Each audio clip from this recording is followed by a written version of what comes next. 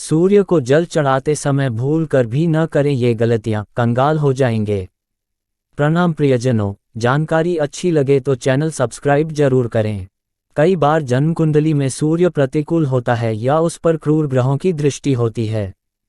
ऐसे में सूर्य के कुछ उपाय बताए जाते हैं।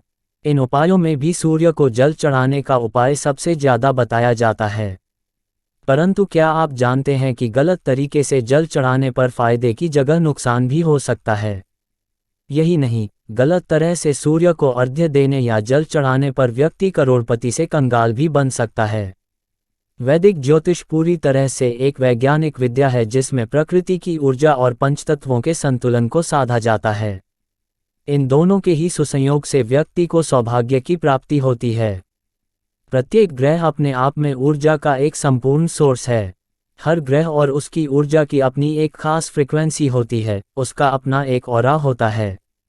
ज्योतिष में बताए गए उपायों से उसी ऊर्जा को अप्रोच कर उसका प्रयोग किया जाता है।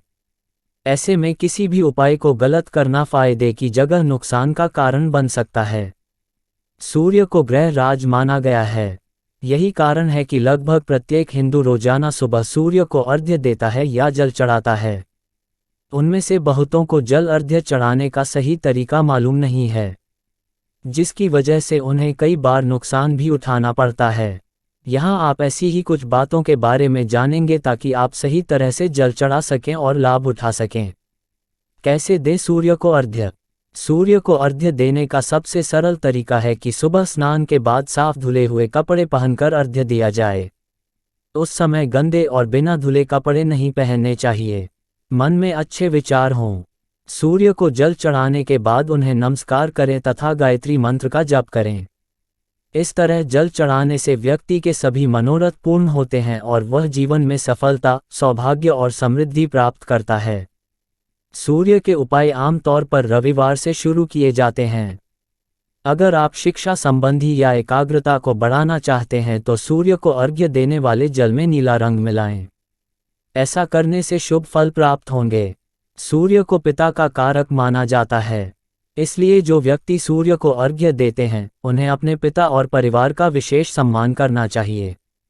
स्वास्थ्य और ऊर्जा के लिए सूर्य को अर्घ्य देने वाले जल में रोली या लाल चंदन मिलाकर जल चढ़ाएं। इसके अलावा शीघ्र विवाह और सुखद वैवाहिक जीवन के लिए हल्दी मिलाकर जल चढ़ाएं। अगर आप किसी इंटरव्यू, परीक्षा या किसी काम में विजय प्राप्त करना चाहते हैं तो जल में लाल गुड़हल का फूल डालकर जल चढ़ाएं। पितृ शांति और बाधा के निवारण के लिए जल में तिल और अक्षत मिलाकर जल चढ़ाएं। अगर जीवन में हर तरीके का लाभ प्राप्त करना चाहते हैं तो सूर्यदेव को सादा जल चढ़ाएं। जल चढ़ाने के बाद थोड़ा जल बचा लें। इसे अपने मस्तक, कंठ और दोनों भुजाओं पर लगाएं। इससे आपका सूर्य प्रबल होना शुरू हो जाएगा। सूर्यदेव को जल चढ़ाने के लिए स्नान के बाद तांबे के बर्तन से सूर्य को अर्घ्य दें।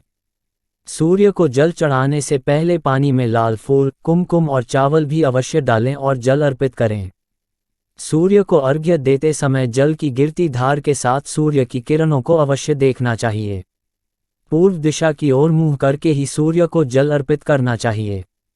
इस बात का ध्यान रखें कि जल आपके पैरों तक न पहुँचे। जल चढ़ाते समय सूर्य मंत्र का जाप करते रहना चाहिए। जल चढ़ाते समय भूल कर भी न करें ये गलतियाँ। जाने अनजाने में सूर्य को जल चढ़ाते समय हमसे कई गलतियाँ हो जाती हैं जो नहीं होनी चाहिए।